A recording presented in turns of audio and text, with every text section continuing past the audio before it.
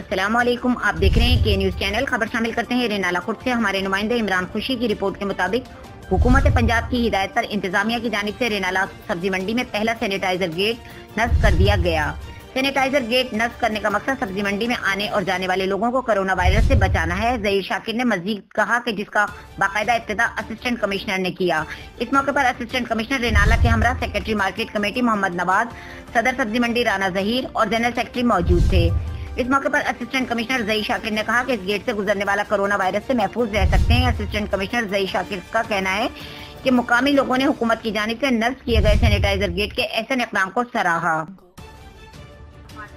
आज यहाँ पर सब्जी मंडी रैनाला में गेट का इफ्तिताह किया गया है और जिस तरह से सीएम पंजाब ने कुछ डायरेक्शन दी, जो डिप्टी कमिश्नर साहब ने तमाम जो है इंस्टीट्यूट को डायरेक्शन दी है वॉक थ्रू के जो है उनको सब्जी मंडी में आपने जो है इस्टेब्लिश करना है। तो आज रैनाला में जो है वॉक थ्रू गेट उसको लगा दिया गया है, इस्टेब्लिश कर दिया गया है ताकि कोरोना से जो है बचाव किया जा सके। जो भी लोग जो है मंडी में आएंगे सुबह जो है ऑप्शन के लिए और उसके बाद बिल्कुल फरोख्त के लिए वो उस वॉक थ्रू गेट से गुजरेंगे और जो है इसी तरह से कोरोना से जो है बचाव किया जा सकता है इस वॉक थ्रू